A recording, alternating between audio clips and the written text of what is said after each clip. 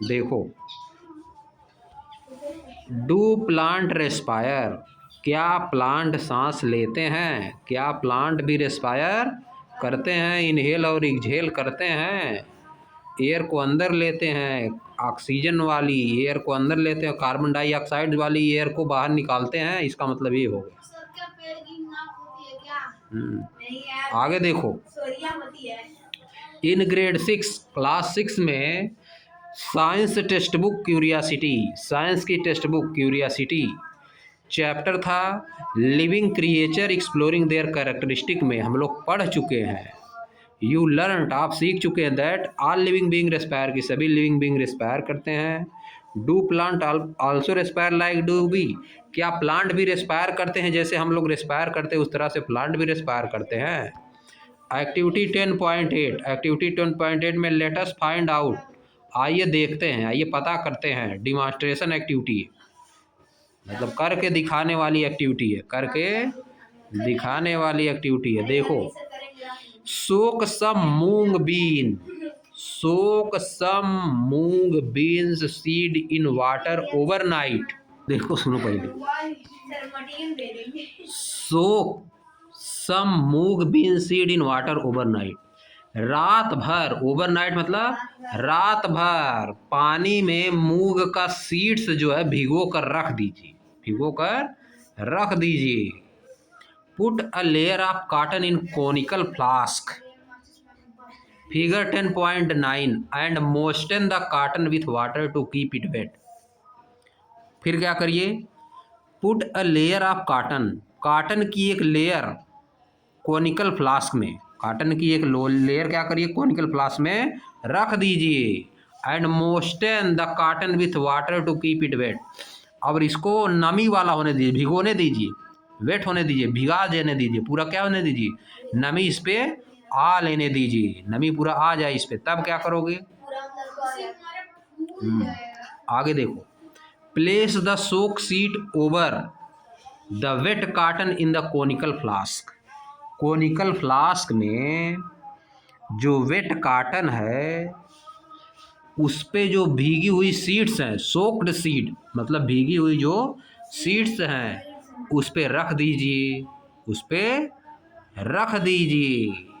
Conical flask में जो seeds हम लोग रात में भिजा के रखे हैं पानी में, मूंग बीन्स जो हम लोग रात भर पानी में रखे थे, भिगो दिए थे, समझिए, भिगो दिए थे, वो थोड़ा सा फूल जाएगी ना, हाँ फूल जाएगी। अब इसके बाद क्या करिए, कोनिकल फ्लास्क में कॉटन का लेयर ले लीजिए, कॉटन का लेयर, समझिए। And moisten the cotton with water to keep it wet, और जो कॉटन है उसको क्या करिए मॉइस्चराइज कर दीजिए, मतलब पानी में भिगो दीजिए, भीगा रहना चाहिए, वो कैसा रहना चाहिए, भीगा हुआ रहना चाहिए, वेट रहना चाहिए, भीगा हुआ। Place the soak seeds over the wet cotton in the conical flask, conical flask में पहले नीचे क्या रखना है, कॉटन रखना है, फिर उसके ऊपर क्या रख देना है, भीगी हुई सीड्स रख देना है। फिर आगे क्या करना है, cover the mouth of the conical flask with A cork having 2 holes, जो कोनिकल फ्लास्क देखो यहाँ बना हुआ कोनिकल फ्लास्क बगल में, कोनिकल फ्लास्क जो है उसको क्या करना है, हाँ, cover the mouth of the conical flask with A cork having 2 holes, एक कार्क से कोनिकल फ्लास्क का जो माउथ है उसको बंद कर दीजिए, उसको बंद कर, उस कार्क में 2 ठो होल भी रहना चाहिए, देखो 2 ठो होल बना है ना, ये पाइप डालने के लिए, एक ठे निकालने के लिए।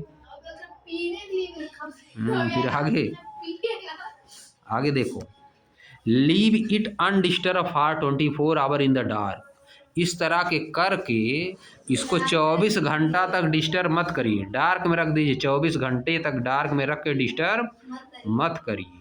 फिर क्या करिए, take 2 test tube and fill them with lime water, 2 test tube लिखिए, 2 टेस्ट ट्यूब लीजिए, 2 ठो टेस्ट ट्यूब देखो बगल में बना है दोनों टेस्ट ट्यूब, उनको क्या करना है, fill them with lime water, उनको लाइम वाटर से भर दीजिए, उनको लाइम वाटर से भर दीजिए। फिर क्या करना है, cover the mouth of the 1 test tube with cork having 1 hole in it, एक टेस्ट ट्यूब को, उसके माउथ को, टेस्ट ट्यूब के माउथ को कवर कर दीजिए। किससे? कार्क से, जिसमें कि एक होल है, जिसमें कि एक होल है। देखो पहला वाला है, कवर किया गया। अब क्या करना है? Dip 1 glass tube in test tube. एक ग्लास ट्यूब डुबोना है। डिप मतलब डुबो देना, अंदर डाल देना। Through the hole in the cork. Hole से होके टेस्ट ट्यूब में क्या डुबो देना है? 1 glass tube. 1 glass tube in the test tube, through a hole in the cork. Glass का ट्यूब, एक ठो ग्लास का एक ठो ट्यूब ले जाना है, उसी में कार्क से होते हुए। होल बना है पहले वाले में, देखो क्या ले गया है, पाइप की तरह ले गया है। आप देखो, कनेक्ट द फ्लास्क। फ्लास्क को कनेक्ट करिए and test tube, test tube से विथ ए रबर पाइप। एक रबर पाइप से देखो ऊपर बना है, एज शोन इन फिगर 10.9, जैसा कि फिगर 10.9 में दिखाया गया है। अब आगे देखो, compare both the test tube for any change in colour. Compare both the test tube, दोनों टेस्ट ट्यूब को कंपेयर करिए, दोनों टेस्ट ट्यूब को कंपेयर करिए। कुछ चेंज हो रहा है कलर में? Any change in colour, colour में कुछ चेंज हो रहा है कि नहीं हो रहा है? आप देखो, does the lime water turn milky in both the test tube. क्या दोनों टेस्ट ट्यूब में जो लाइम वाटर है वो मिल्की हो रहा है, मिल्क के कलर का हो रहा है? अब देखो क्या हुआ, milky in both the test tube. क्या दोनों में मिल्की हुआ? दोनों टेस्ट ट्यूब में। Why does the lime water turn milky in the test tube connected to the flask. जो फ्लास्क से कनेक्टेड है टेस्ट ट्यूब, उसमें का जो वाटर है, लाइम वाटर, उसका कलर कैसा हो जाएगा? मिल्की हो जाएगा। उसका कलर कैसा हो जाएगा? मिल्की, मिल्क की तरह का हो जाएगा। आप देखो आगे, lime water turns milky due to the presence of more carbon dioxide in the flask. उसका कलर क्यों मिल्की हुआ? क्योंकि कार्बन डाइऑक्साइड प्रेजेंट है। More carbon dioxide in the flask. Flask में क्या प्रेजेंट है? कार्बन डाइऑक्साइड, और उसमें पाइप से जुड़ा है। But where does this carbon dioxide come from. लेकिन यह कार्बन डाइऑक्साइड आई कहाँ से? यह कार्बन डाइऑक्साइड कहाँ से आई? एज वी नो, जैसा कि हम जानते हैं, carbon dioxide is naturally present in very small quantity in the air. कि कार्बन डाइऑक्साइड एयर में स्मॉल क्वांटिटी में प्रेजेंट रहती है। इन द फ्लास्क, फ्लास्क में additional carbon dioxide is produced by the seed as they respire. जो seed सांस ले रही हैं, फ्लास्क में जो सीड सांस ले रहे हैं, रेस्पायर कर रही हैं, उससे एडिशनल कार्बन डाइऑक्साइड निकल रही है, उससे और ज़्यादा कार्बन डाइऑक्साइड निकल रही है। और फ्लास्क से टेस्ट ट्यूब जो है एक नली के द्वारा देखो कनेक्ट किया गया है, एक नली के द्वारा कनेक्ट किया गया है। इस वाले में, पहले वाले में जो नली फ्लास्क से कनेक्ट है टेस्ट ट्यूब वाली, उसमें ज़्यादा कार्बन डाइऑक्साइड पहुंच जाएगा, और दूसरे वाले में कम कार्बन डाइऑक्साइड रहेगा, इसीलिए पहले वाला ज़्यादा मिल्की हो गया। आगे देखो, ड्यूरिंग रेस्पायरेशन, रेस्पायरेशन के दौरान glucose is broken down, glucose को तोड़ दिया जाता है। In the presence of oxygen, oxygen की प्रेजेंस में। रिलीजिंग कार्बन डाइऑक्साइड, इससे क्या निकलता है? Carbon dioxide, water and energy, ये सब निकलता है। The word equation for the process of respiration is follow. Word equation, respiration का वर्ड इक्वेशन यही है, क्या है? Glucose plus oxygen, glucose oxygen मिलके कार्बन डाइऑक्साइड बनेगा, वाटर बनेगा, प्लस एनर्जी बनेगी। वर्ड इक्वेशन हो गया, किसका हो गया ये? Word equation of respiration. Glucose plus oxygen equal to carbon dioxide plus water plus energy. अब फोटोसिंथेसिस कैसे उल्टा होता है? फोटोसिंथेसिस में क्या होता है? कार्बन डाइऑक्साइड प्लस वाटर मिलता है, कार्बन डाइऑक्साइड प्लस वाटर मिलेगा तो ग्लूकोज और ऑक्सीजन बनती है, ग्लूकोज और ऑक्सीजन बनती है। समझ गए? कार्बन डाइऑक्साइड में इसी उल्टा, carbon dioxide plus water, sunlight और क्लोरोफिल की प्रेजेंट रहती है, ग्लूकोज प्लस ऑक्सीजन बनती है उसमें। और इसमें क्या होता है, ग्लूकोज प्लस ऑक्सीजन मिलके carbon dioxide plus water plus energy. ये रामबाण को उल्टा कर देना है, लेकिन उस वाले में तुमको सनलाइट और क्लोरोफिल चाहिए। फोटोसिंथेसिस में सनलाइट और क्लोरोफिल की प्रेजेंस में होता है, और इसमें कुछ प्रेजेंस नहीं रहेगा तब भी होगा, इसमें कुछ भी प्रेजेंस नहीं रहेगा। ग्लूकोज ऑक्सीजन मिल गया तो कार्बन डाइऑक्साइड वाटर निकलेगा रेस्पायरेशन में, और उसमें तुम्हारा प्रेजेंट रहना चाहिए। बात समझ गए? आप देखो आगे, the energy produce during respiration is use by plant for their growth and development.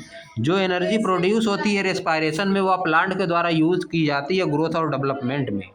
All parts of a plant, plant का सभी पार्ट, ग्रीन और नॉन ग्रीन, ग्रीन हो चाहे नॉन ग्रीन हो, कैरी आउट रेस्पायरेशन, उसमें रेस्पायरेशन होता है। 10 माने इस प्रकार, plant have different mechanism for sensitising, transporting and utilising food to get energy. Plant के पास बहुत कई मैकेनिज्म होते हैं, अलग अलग मैकेनिज्म होते हैं, सिंथेसाइजिंग के लिए, ट्रांसपोर्ट के लिए, यूटिलाइज करने के लिए और एनर्जी प्राप्त करने के लिए। देखो, इन अ नट सेल मतलब शार्ट में, इन अ नट सेल मतलब शार्ट में कोई चीज़ बताएगा संक्षेप में। आप देखो यहाँ पे सब पढ़ लो पहले एक बार। अरे देखो, all living organism require food that provide energy for their growth and development.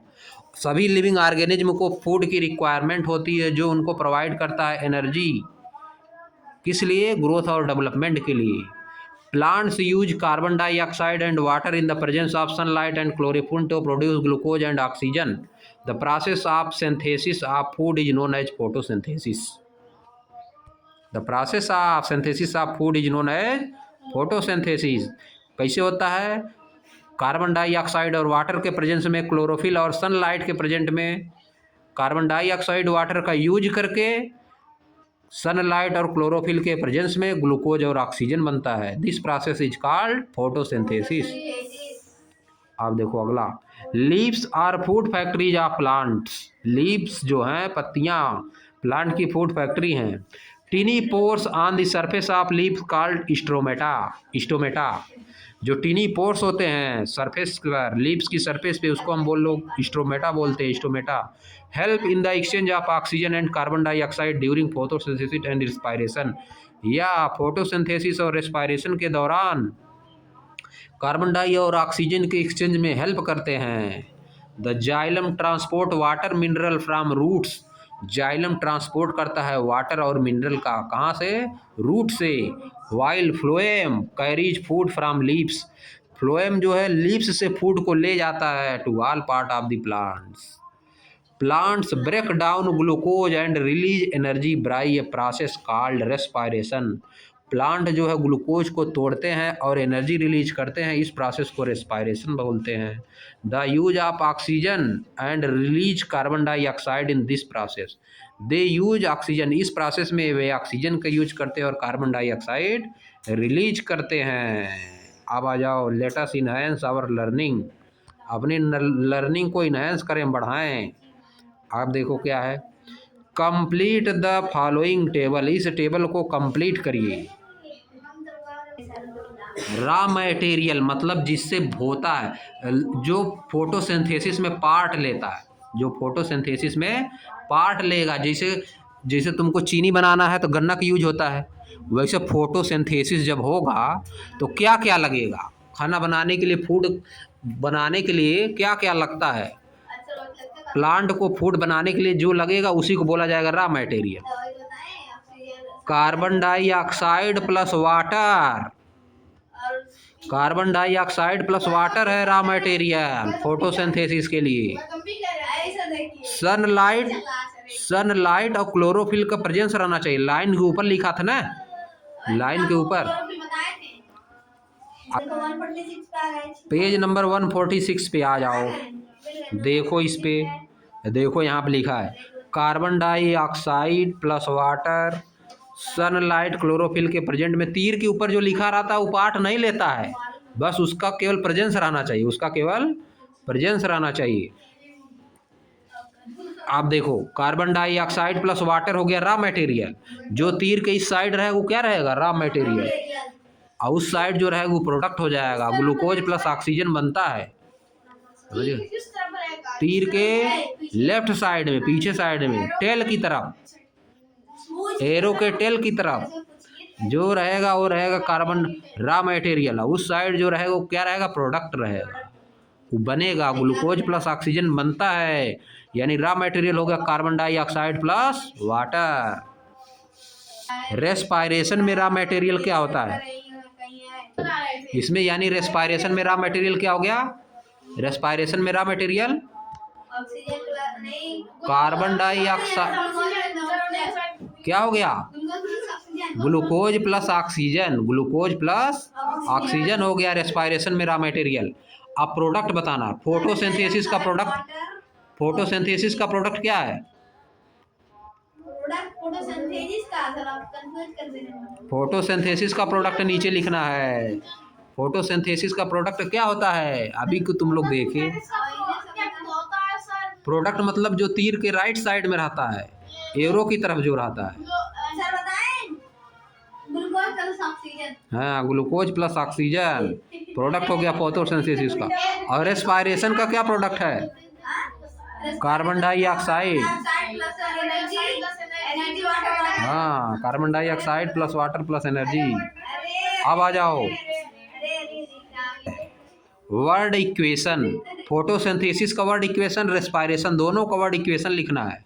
Word equation क्या होता है, वर्ड इक्वेशन मतलब वही तो, वही वर्ड इक्वेशन जो अभी को बताए थे। फोटोसिंथेसिस का क्या होता है, कार्बन डाइऑक्साइड प्लस वाटर और तीर का निशान, फिर ऊपर क्या, क्लोरोफिल और सनलाइट, उस साइड क्या हो जाएगा, प्रोडक्ट, हाँ प्रोडक्ट में, फोटोसिंथेसिस का हाँ प्रोडक्ट होगा glucose plus oxygen, glucose plus oxygen. और देखो रेस्पायरेशन का उसी तरह से लिखना है, रेस्पायरेशन का वर्ड इक्वेशन,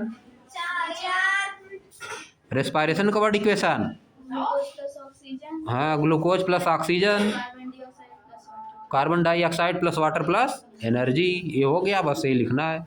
इम्पॉर्टेंस क्या है, इम्पॉर्टेंस, रेस्पायरेशन का क्या इम्पॉर्टेंस है, in respiration plant produce oxygen, plant produce oxygen, in photosynthesis plant produce oxygen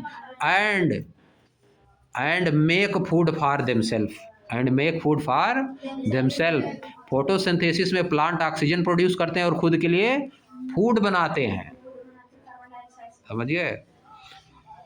carbon dioxide क्या करते हैं, लेते हैं, कार्बन डाइऑक्साइड एब्जॉर्ब करते हैं। In photosynthesis plant absorb carbon dioxide, release oxygen and make food for themselves. ये हो गया तुम्हारा इम्पॉर्टेंस फोटोसिंथेसिस का। रेस्पायरेशन का इम्पॉर्टेंस क्या है, in respiration energy is released, in respiration energy is released, समझिए, with the help of that energy, with the help of that energy growth and development of plants and animals occurs, समझिए। और उसी energy से हम लोग काम भी चलता है, एनर्जी जो रिलीज होती है उसी से हम लोग काम करते हैं। आगे आ जाओ नेक्स्ट क्वेश्चन पे, देखो एक एक अक्षर देखो। इमेजिन, इमेजिन मतलब कल्पना करिए, इमेजिन मतलब कल्पना, अपने मन में सोचिए एक सिचुएशन, एक कंडीशन, एक सिचुएशन अपने मन में सोचिए। वेयर मतलब जहाँ, ऑल द ऑर्गेनिज्म सभी ऑर्गेनिज्म, दैट कैरी आउट जो कैरी आउट करते हैं, यानी जो कैरी आउट करते हैं मतलब दैट कैरी आउट फोटोसिंथेसिस, जो फोटोसिंथेसिस करते हैं। कैरी आउट फोटोसिंथेसिस मतलब ऐसे ऑर्गेनिज्म जो फोटोसिंथेसिस करते हैं। ऑन द अर्थ धरती पे, हैव डिसअपीयर्ड, हैव डिसअपीयर्ड सब गायब हो जाए। एक ऐसी सिचुएशन करिए जब धरती से वे सभी ऑर्गेनिज्म जो कि फोटोसिंथेसिस करते हैं अगर गायब हो जाएं, अगर गायब हो जाएं। What would be impact of this on the living organism, तो इसका इम्पैक्ट लिविंग ऑर्गेनिज्म पर क्या पड़ेगा, हम लोगों पे जो लिविंग ऑर्गेनिज्म है उन पे क्या पड़ेगा। अरे सर ज्यादा कुछ नहीं होगा। आज का होमवर्क है, कल यहाँ शुरू होगा नीचे वाले। लंकेश्वर की